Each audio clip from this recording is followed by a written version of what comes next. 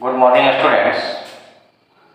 आज हम लोग बात करेंगे सर्किल के बारे में। एक्चुअली सर्किल क्या होता है।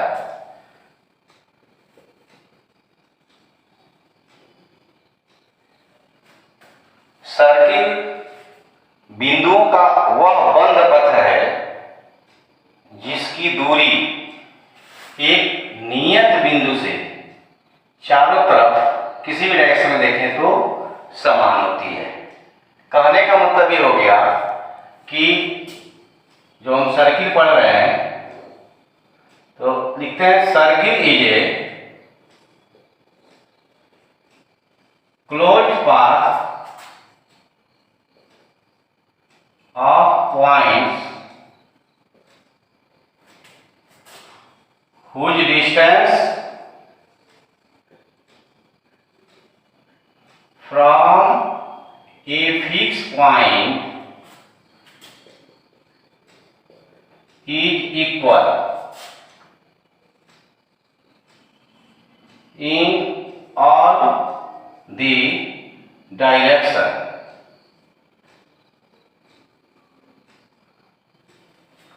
to the path. Clear है? Circle is a closed path of points whose distance from a fixed point is equal in all the direction. जैसे यह फिक्स पॉइंट है हमारे पास, फिक्स पॉइंट है तो यह सेंटर हो गया। यह फिक्स पॉइंट को हम सेंटर कहते हैं। यह सी हो गया या ओ हो गया, कुछ ही मान लो। तो इस फिक्स पॉइंट से इसके किसी भी पॉइंट को कनेक्ट किया जाए, किसी भी पॉइंट का डिस्टेंस देखें तो सब इक्वल होगा। इसी को हम रेडियस आर कहते हैं। तो जो फिक्स पॉइंट है, this fix point is called centre of the circle. Fix point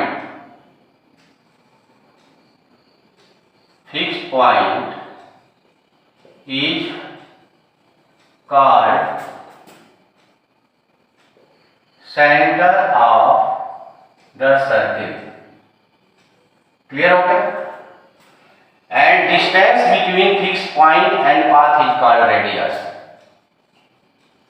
Distance between fixed point means center. Distance between center and path is called radius. Radius. अब रेडियस का हम double कर देंगे तो ये हो जाएगा डायमीटर। क्लियर? यानी जो डायमीटर होता है यह ट्वाइस ऑफ रेडियस होता है। क्लियर? अब सर्किल, जो हम सर्किल की बात कर रहे हैं तो सर्किल के को अगर देखा जाए, सर्किल है तो एक हो गया सेंटर, और सेंटर से यह दूरी कहाँ रहेगी आर। इसको डबल कर देंगे तो हो जाएगा डायमीटर, 2r के बराबर हो जाएगा। अगर यहां कोई दो पॉइंट लें सरकमफ्रेंस पर P और Q, दो पॉइंट लें तो यह लाइन कहलाती है कॉर्ड। ये लाइन क्या कहलाती है? कॉर्ड कहलाती है। तो कॉर्ड को बढ़ाते बढ़ाते जाएंगे, आगे तक बढ़ा तो यही कॉर्ड जो है वह बदल गया किसमें? डायमीटर में। यानी largest chord of the circle is called diameter. Clear है? अब देखो यह इधर वाला पोर्शन क्या होता है? ये जो पर्सन है इसको हम कहते हैं आर। आर कहते हैं, इसको कहते हैं कॉर्ड कहते हैं। क्लियर? अगर कोई लाइन ऐसे आए जो सर्किल को इंटरसेक्ट करते हुए आगे बढ़ जाए, मान लीजिए यहाँ कोई लाइन आई एक्स वाई, इसको इंटरसेक्ट करते हुए मान लो यल पर और यम पर इंटरसेक्ट करके आगे बढ़ गई, तो इसको हम क्या कहते हैं? सेकेंड कहते हैं। इस लाइन को कहते हैं सेकेंड। ये सेकेंड कहलाती है। क्लियर है?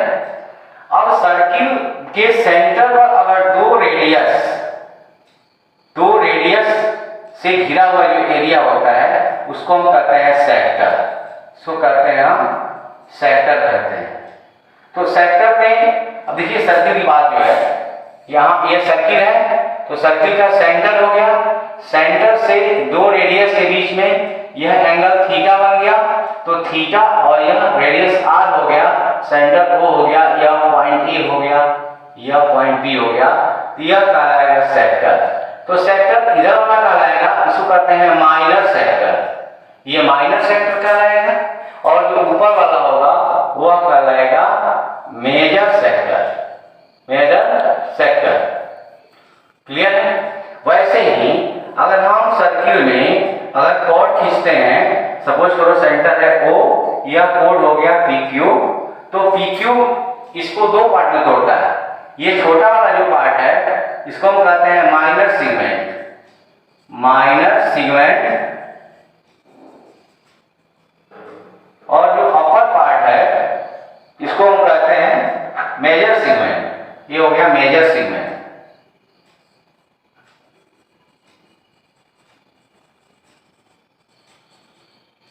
मेजर सेगमेंट कहलाएगा।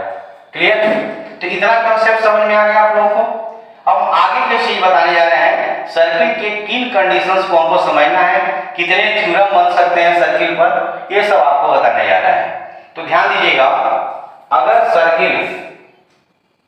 सर्किल है, इसके सेंटर से अगर रेडियस पर टेंजेंट लाइन खींची जाती है, tangent line A line which touches a curve at only one point is called tangent line। तो अगर यह कोई पॉइंट O है, यह पॉइंट M है, यहाँ AB हमने टेंजेंट ड्रॉ किया, AB टेंजेंट ड्रॉ किया, तो यो रेडियस पर यह परपेंडिकुलर होता है। पहला कॉन्सेप्ट ये हो गया। दूसरा कॉन्सेप्ट ये हो गया कि अगर सर्किल में अगर यहाँ सेंटर है और यहाँ कोई कोड है, यह AB है और सेंटर O है, अगर O से परपेंडिकुलर ड्रॉ किया गया, परपेंडिकुलर ड्रॉ करेंगे तो यह जो कोड होता है वह इक्वली डिवाइड होता है, इक्वली डिवाइड होता है। कब? जब यह परपेंडिकुलर ड्रॉ होगा तब। यानी कहने का मतलब अगर OM परपेंडिकुलर होगा AB पर, तो इसका मतलब क्या हुआ, यहाँ AM इक्वल टू हो जाएगा BM। और इसका रिवर्स भी सही है कि अगर कोई यहां से कोई लाइन जो है वो कोड को बाइसेक्ट करती है तो उस पे परपेंडिकुलर भी हो जाती है। तो इस पे दो थ्योरम आपके बनते हैं। पहला थ्योरम ये हो गया कि perpendicular drawn from the centre on the code bisecting. दूसरा हो गया ए line bisect the code then it will be perpendicular on the code. तो दो थ्योरम यहां से जनरेट हो गए, दो थ्योरम ये जनरेट करता है। अगर ये कंडीशन है तो ये होगा और ये कंडीशन है तो ये होगा। फिर आगे चलते हैं, हम सर्किल के बारे में देखते हैं कि अगर एक सर्किल है तो सर्किल है, इसके दो कोड हैं, यह पॉइंट हो गया O, यह आपका सब रेडियस हो जाएगा। तो अगर कोड इक्वल होंगे, तो एंगल जो है वो इक्वल बनेगा। ठीक है? अगर एंगल इक्वल है तो ये कोड की लंबाई भी इक्वल होगी। कहने का मतलब ये हो गया कि अगर ये आपका कोड AB है, यह कोड CD है, तो अगर कोड AB इक्वल टू अगर CD है तो यह इंप्लाई करेगा angle AOB equal to angle COD। Clear है? और इसका रिवर्स, अगर यहां पर आपके दो थ्योरम बनेंगे, एक इधर से या एक इधर से या, फिर यहां भी ये दो थ्योरम बता रहा है कि if two chords are equal then the angle formed on the center of circle are equal। दूसरा होता है if two chords form equal angle on the center then they are equal to each other। तो दो theorem यहां से बना, यानी इससे इसको प्रूव किया जा सकता है और फिर इससे इसको प्रूव किया जा सकता है। क्लियर है? अब आगे आते हैं, अगर यह आर्क इक्वल होगा तो क्या होगा, एंगल इक्वल होगा, और एंगल इक्वल होगा तो कोड इक्वल होगा। क्लियर है? कारण आर्क अगर यह इक्वल है, आर्क AB अगर इक्वल है आर्क CD के, तो क्या होगा, कोड भी क्या होंगे, इक्वल हो जाएंगे, क्योंकि इक्वल आर्क जो है वो सेंटर पर इक्वल एंगल फॉर्म करता है। क्लियर है? अब आगे जो है दूसरा कॉन्सेप्ट बताने जा रहे हैं हम कि अगर कोई सर्किल है तो सर्किल में अगर यहां पर दो कोड हैं और दोनों कोड सेंटर से इक्वल दूरी पर है, सेंटर से इक्वल दूरी पर है, इक्वल दूरी के लिए हमने सेंटर से परपेंडिकुलर ड्रॉ कर देते हैं। तो मान लीजिए कि यह कोड ए बी है और यह कोड आपका सी डी है। तो अगर डिस्टेंस इक्वल है दोनों का, सपोज करो यह पॉइंट एम है, यह पॉइंट एन है, क्लियर है। तो सर्किल है, इसका सेंटर वो है, दो कोड है, एक ए बी है, एक सी डी है, परपेंडिकुलर लेंथ ओ एम के बराबर है, यानी O M perpendicular on A B है और O N perpendicular on C D है। अगर ओ एम बराबर होगा ओ एन के, तो इसका मतलब होगा कि ए बी जो है वह बराबर होगा सी डी के। और इसका रिवर्स भी होता है कि अगर ए बी बराबर सी डी है तो कोड भी आपके इक्वल होते हैं, तो आपके दो थ्योरम यहां से भी जनरेट हो जाएंगे। तो ये कॉन्सेप्ट आपको दिमाग में रखना होगा। बिल्कुल क्लियर है। सर्किल का पूरा कॉन्सेप्ट जो है आपको मैं बता दे रहा हूं, जो आपके क्लास 10th लेवल में एग्जामिनेशंस में या इस लेवल की जो भी कंपटीशन है उसमें आपके क्वेश्चन जो आते हैं वैसे ही कॉन्सेप्ट पर आते हैं। आगे क्वेश्चन जो मैं बता रहा हूं आप लोगों को, ध्यान दीजिएगा। अगर कोई सर्किल है, क्लियर है, अगर सर्किल है और यहां कोई आर्क है जो सेंटर पर एंगल बना रही है, सेंटर पर एंगल बना रही है, और यही आर्क सर्कमफ्रेंस पर भी एंगल बना रही है। तो कहने का तो यह है कि the angle formed at center is double of the angle formed at any point of the circumference by a chord। तो यहाँ पर अगर यह पॉइंट मान लो A है, यह B है, सेंटर O है और C है, तो अगर यह एंगल आपका थीटा है तो यह एंगल कितना हो जाएगा, 2 थीटा हो जाएगा। तो ये कॉन्सेप्ट है आपका कि हमने क्या कहा कि the angle is formed at the center, the angle formed at the center is double at the angle formed at the circumference of the circle by any chord। ठीक है, यानी यह एंगल थीटा है, यह एंगल 2 थीटा हो जाएगा। Next concept पर ध्यान देंगे। अगर आपका सर्किल है, क्लियर, तो सर्किल है अगर एक ही सेगमेंट में आपको, जैसे मान लीजिए माइनर सेगमेंट हो गया या मेजर सेगमेंट हो गया, तो यह आपका ए बी हो गया। तो यहाँ जितने भी एंगल बनते हैं एक सेगमेंट में, ये सब एंगल आपस में क्या होते हैं, इक्वल होते हैं। तो यह एंगल मान लो यह ए बी है, यह सी है और डी है और ई है, तो जो एंगल सी बराबर एंगल डी बराबर एंगल ई, यह एक कॉन्सेप्ट आपको दिमाग में रखना है। क्लियर है। नेक्स्ट कॉन्सेप्ट के बारे में मैं बात करता हूं, ध्यान दीजिएगा। नेक्स्ट कॉन्सेप्ट क्या है कि अगर कोई सर्किल है, क्लियर, तो सर्किल में अगर हम साइक्लिक क्वाड्रेटर ड्रॉ करते हैं, यहाँ पर साइक्लिक क्वाड्रेटर ड्रॉ करते हैं, ठीक है, मान लीजिए यह A B C D cyclic quadrilateral है, सर्किल के अंदर है, तो यहाँ जो अपोजिट एंगल होते हैं, यानी angle A plus angle C equal to 180 degree होता है। Similarly angle B plus angle D equal to भी 180 डिग्री होता है। क्लियर है, समझ में आ गया। तो ये भी आपको कंसेप्ट दिमाग में रखना है।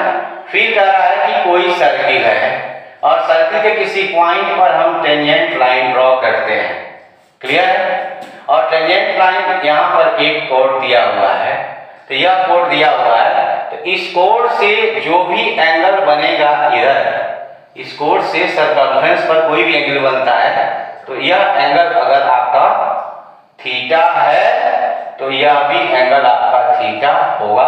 यह ए बी क्या है, टेंजेंट है एक पॉइंट बी पर, मान लो यह लाइन सी है, यह डी है, तो यहाँ यह पी डी कोई कोड है आपका, कोई कोड है, तो यह सर्कमफ्रेंस में जितना एंगल बनाएगा यह एंगल उसके बराबर होता है। क्लियर है।